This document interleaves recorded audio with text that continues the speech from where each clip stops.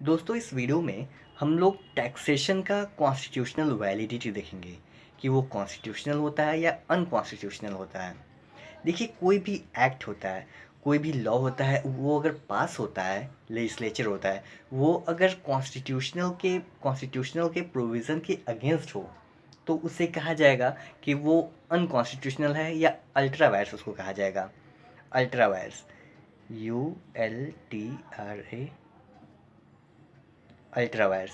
Ultra vires मतलब वो act के प्रोविज़न के बाहर है, और अगर वो एक्ट के प्रोविज़न के अंदर में आएगा तो उसको कहा जाएगा इंट्रा वायर्स।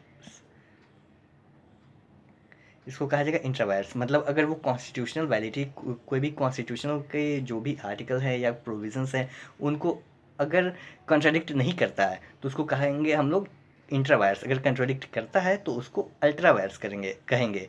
तो इस वीडियो में हम लोग टैक्सेशन के बारे में यही जानेंगे। तो देखिए सबसे पहले हम लोग देखते हैं, कुछ आर्टिकल्स देख लेते हैं। जैसे सबसे पहले हम लोग आर्टिकल देखते हैं, आर्टिकल 265। 265 नहीं, इसको बाद में देखेंगे, इससे पहले देखते हैं 246। आर्टिकल 246, आर्टिकल 246 है, इसको रीड विथ शेड्यूल 7। देखिए आर्टिकल 246 है। आर्टिकल 246 क्या है कॉन्स्टिट्यूशन का? आर्टिकल 246 है subject matter of laws made by parliament and by the legislatures of states. Subject matter जिस पे लॉ बना सकता है, पार्लियामेंट भी बना सकता है, स्टेट लेजिस्लेचर भी लॉ बना सकता है। देखिए हम लोग के इंडिया में कौन कौन लॉ बना सकता है? दो दो इंस्टीट्यूशंस है, इंस्टीट्यूशन नहीं मतलब दो ऑर्गन कह सकते हैं, वो लॉ बनाता है। पहला है पार्लियामेंट, पार्लियामेंट जो कि सेंट्रल लेवल पे लॉ बनाता है, और दूसरा है स्टेट लेजिस्लेचर।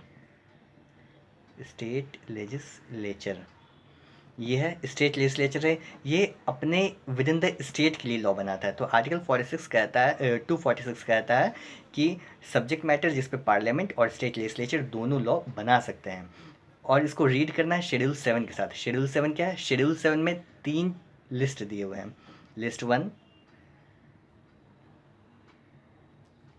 लिस्ट वन में क्या है? Union list, union list. List two है, लिस्ट टू में दिया हुआ है स्टेट लिस्ट।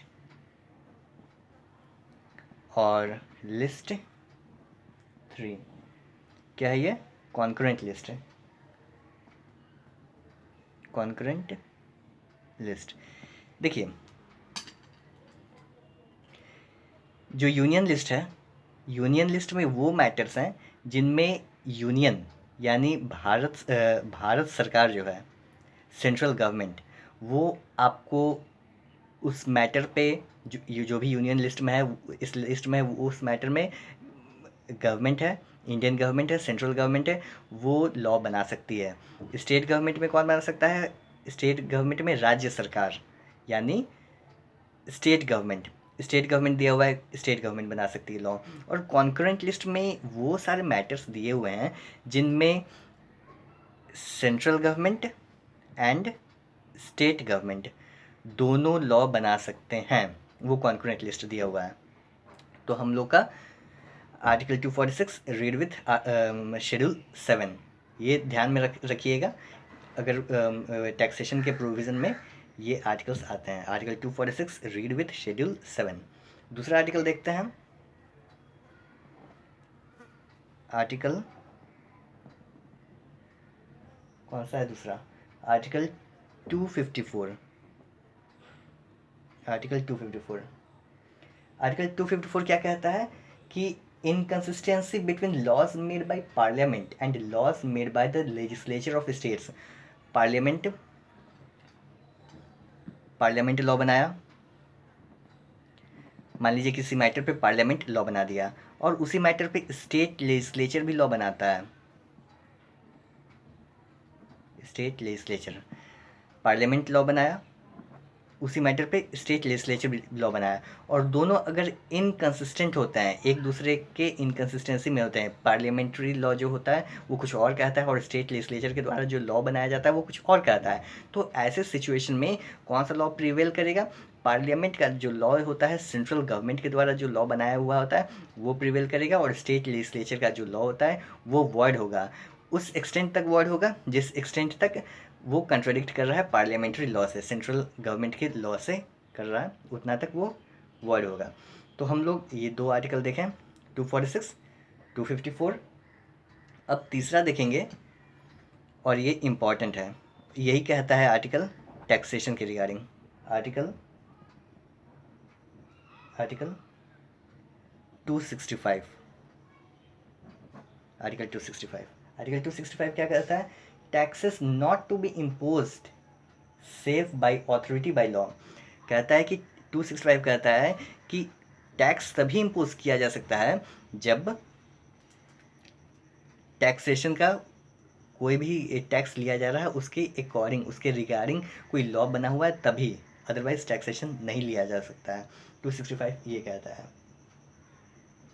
देखिए यूनियन लिस्ट हम लोग देखते हैं थोड़ा सा और है, बस 2 मिनट। यूनियन लिस्ट, यूनियन लिस्ट जो है लिस्ट वन है यूनियन लिस्ट। इसमें आप एंट्री 82 देखिए, एंट्री यूनियन लिस्ट का एंट्री 82। एंट्री 82 क्या है? Taxes on income other than agricultural income, that is income tax. ये है income tax. Taxes on income other than agricultural income, income tax, income tax है, not agricultural, not not agricultural, not agricultural. Entry 82 है। दूसरा state list, state list इसका आप देखिए entry 46, state list entry 46। ये क्या है? Taxes on agricultural income. ये कहता है टैक्सेस ऑन एग्रीकल्चरल इनकम, मतलब एग्रीकल्चरल इनकम पे किस कैसा टैक्स लगेगा, किस क्या प्रोविज़न लगेगा, इस पे कहता है। देखिए ये याद कर सकते हैं आप, इसको ऐसे इसको बना लीजिए, कोई भी आप अगर उसको किसी ट्रिक या कोई पैटर्न समझ सकते हैं तो उस पर याद कीजिएगा तो याद हो जाएगा। देखिए स्टेट लिस्ट है, स्टेट होता है छोटा होता है, यूनियन से छोटा होता है। तो देखिए इसका एंट्री 46, यूनियन बड़ा होता है, सेंट्रल गवर्नमेंट बड़ी होती है। 82 मतलब 4 है 8 है, डबल का अंतर है। तो यानी स्टेट लिस्ट में अगर एंट्री है, किस में एंट्री दिया हुआ है? 40s में एंट्री है, मतलब 40s में, 40 और 50 के बीच में, और यूनियन लिस्ट में 80s में है, 80 और 90 के बीच में। तो इतना अगर याद रहेगा कि हाँ 40s में है तो आप याद करने में थोड़ा सा आसानी हो जाएगी। हाँ 46 है, ये भी देख सकते हैं, दोनों इवन नंबर है। ये अपना अपना याद करने का तरीका है, हम आपको बस बता रहे हैं कि कैसे आप याद कर सकते हैं। तो state list entry 46, union list entry 82, बस यही है और कुछ है नहीं। आई होप समझ में आ गया होगा। तो वीडियो को लाइक ज़रूर कर लीजिए, मिलते हैं नेक्स्ट वीडियो में।